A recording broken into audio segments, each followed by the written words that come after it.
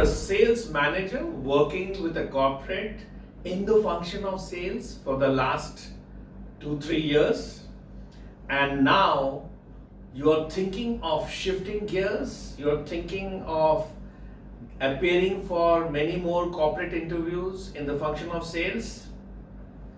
Hello, my name is Sanjay Singh and I'm your sales coach. Now that you are appearing in corporate sales interviews and suddenly you realize that, oh my God, even after having 3 to 5 years of experience, when I appear for the corporate sales interviews, I find something missing in me. And generally, what is missing in you is probably not the knowledge of sales function, but there is something else around the function of sales which is missing in you. And this is something which you really need to discover. And if I go a step forward, you actually need to invent yourself, because you're trying to reposition yourself, you're trying to upscale yourself, you're trying to move up in the hierarchy. Definitely there is something new that the world is looking for. The world is not looking for what you have already been doing. The world is looking for what you can do more. And it's not the world because you said that you want to move up in the hierarchy. Yeah, am I right? So let's talk about how do you really crack a corporate sales interview, or rather, how do you prepare to crack this interview successfully? The first things first, your first contact, your first eye contact with the interviewer, your first handshake with the interviewer, your first step inside the interview room, and how you move up towards the table, all of this counts. And I'm sure by now you are good at that. If not, please work on it. Don't take anything for granted. Now, moving forward, when you are in a sales interview in any given corporate, first of all, you have to understand what is it that the corporate is looking for. Number one, the corporate is looking for someone who will uphold their brand value. Right? The corporate is looking for someone who will increment their business without circumventing the brand value. The corporate is also looking for someone who will be able to leverage on the existing clientele base by virtue of the brand value that they have been professing for all this time. So 3 things is what a typical corporate is looking for. Number one, they are looking for leveraging their brand value on their existing clientele.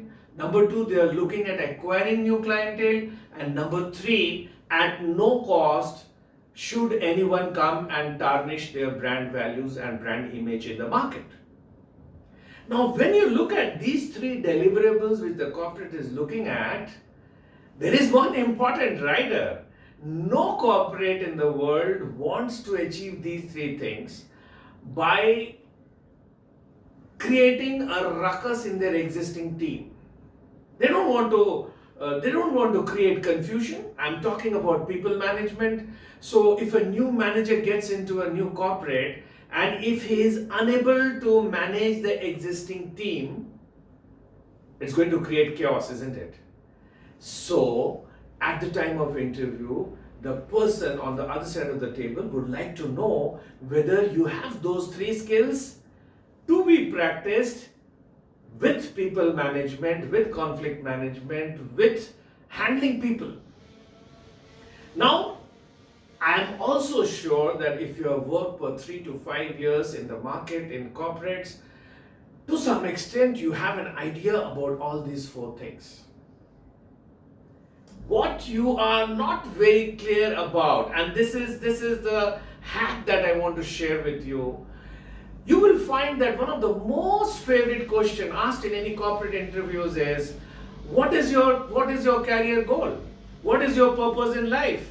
What is it that you want to achieve by the time you're at the end of your career?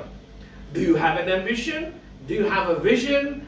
Are you trying to lead your life to a pre-desired goal, or are you just trying to cross one bridge at a time?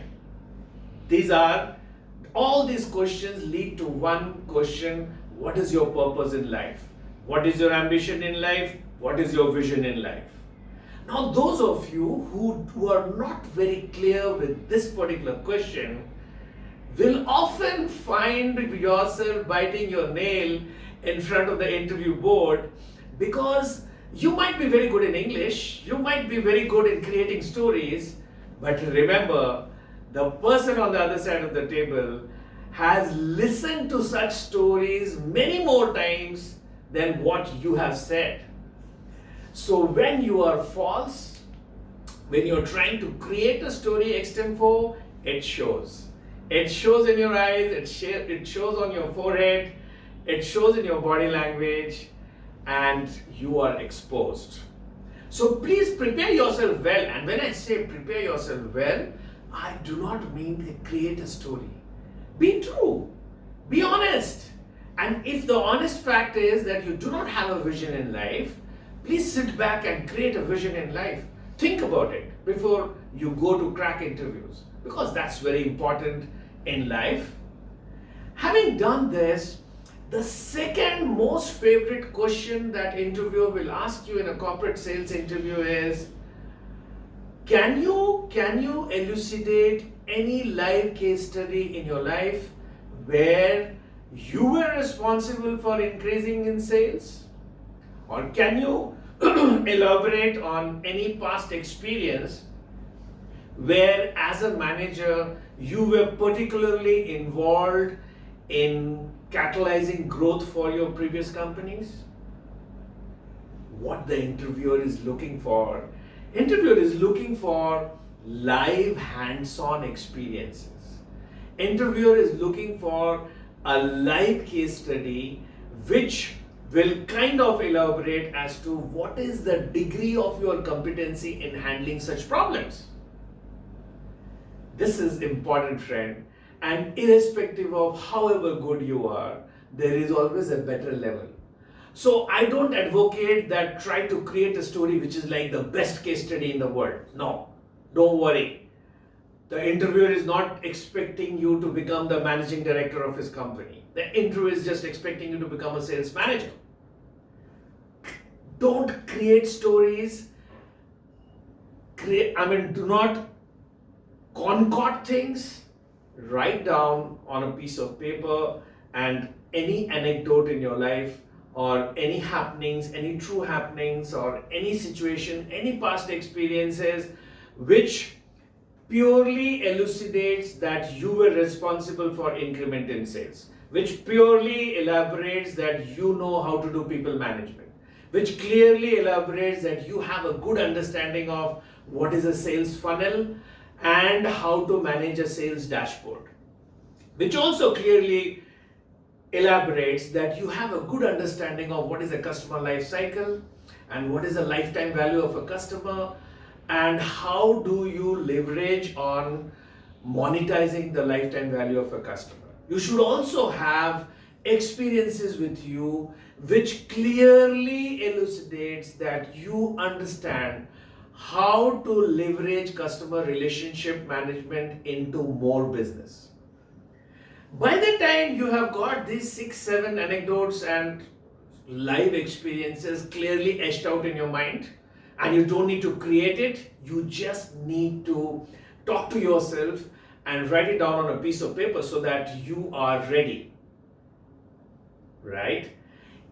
Once you have done this, the third most asked question in corporate sales interviews is that, why do you want to leave your job? Because you are already working in a great corporate, you're already working probably with a good brand, and the interviewer would like to know why. Why do you want to leave? And your answer should not suggest that you are a rat who leaves the ship the moment the ship is sinking. It should not suggest that. Because if you are an escapist, if you do not know how to handle problems, then the new company will also feel that why the hell should I take a person who is not going to stand with me in tough times?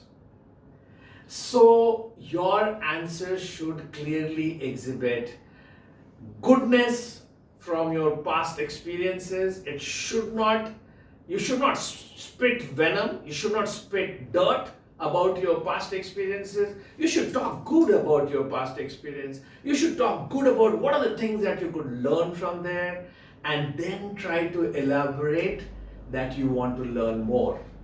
You then try to elaborate and link it to the vision of your life, to link it to the ambition, to the dream of your life, and show it as a very natural outcome in the journey of your growth trajectory.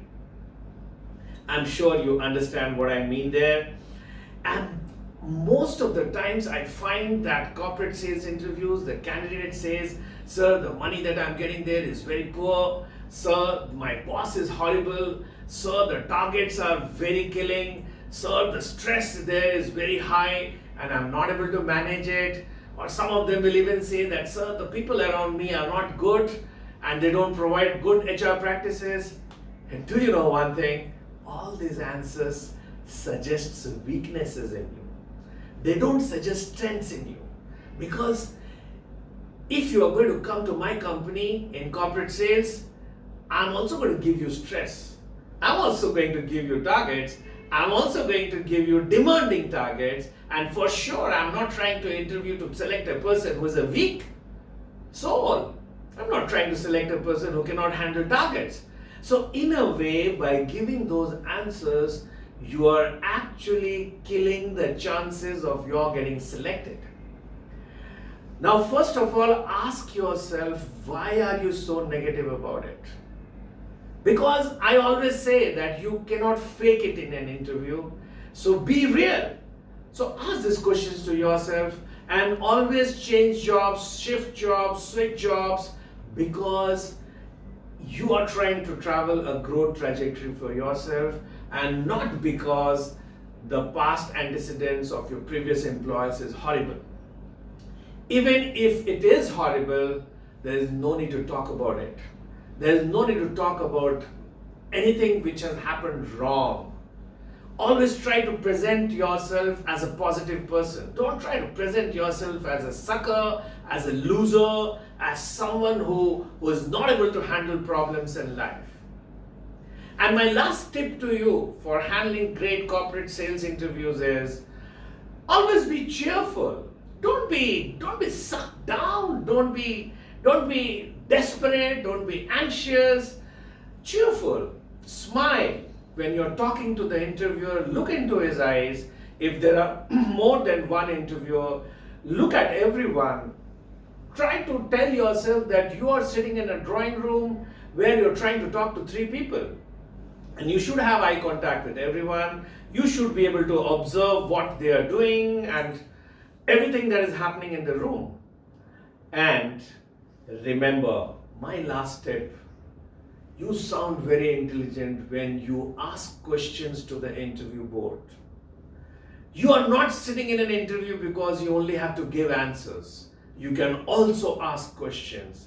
And there's an etiquette for it. You can seek permission that, "Sir, I have certain queries in my mind. Could I open my mind out?" Ask questions. You're not a slave. You are not there for some kind of a base menial job. You are a proud corporate sales manager. You have every right to ask questions. And believe me, friends, I have been myself on so many interview boards of corporate sales. I love those candidates who ask me intelligent questions. I just fall in love with people who are inquisitive about the journey that they're trying to make with us.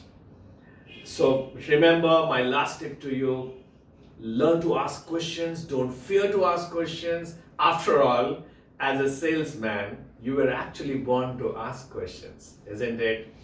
So very good, friends. Thank you very much. I hope this bit of video has helped you, and it will help you in your upcoming career. Please remember to go down and click on the bell icon, subscribe on my channel, because I come up with such videos which help sales managers in their professional life every week. So looking forward to your comments and your feedbacks on your live experiences when you appeared for a corporate sales interview, so that your comments is going to help so many other sales managers like you who are going to get into corporate sales interviews. Before I end this video, I wish my very best to all of you in all the corporate sales interviews that you're going to undertake down the line. Take care. Bye-bye.